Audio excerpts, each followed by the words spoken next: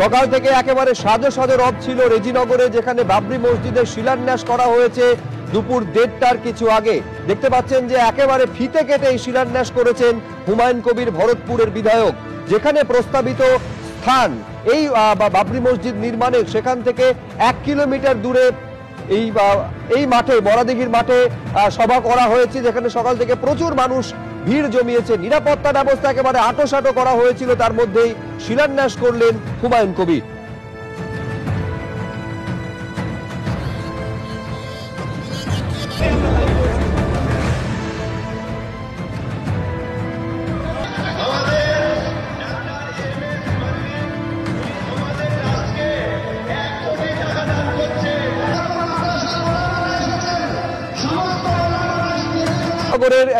ছবি, যে মাঠ থেকে বাবরি মসজিদের শিলান্যাস করেছেন কিছুক্ষণ আগে হুমায়ুন কবির। সকাল থেকে প্রচুর মানুষের ভিড় সেখানে ছিল, নিরাপত্তা ব্যবস্থা আঁটোসাঁটো করা হয়েছিল। ফিতে কেটে বাবরি মসজিদের শিলান্যাস করেছেন ভরতপুরের বিধায়ক। বিভিন্ন মানুষের যে যেমন পেরেছে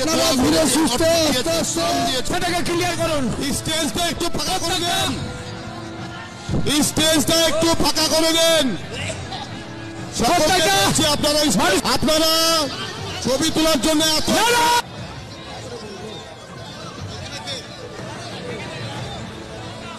আল্লাহর মদতে, আপনাদের সহযোগিতায়, প্রশাসনের সহযোগিতা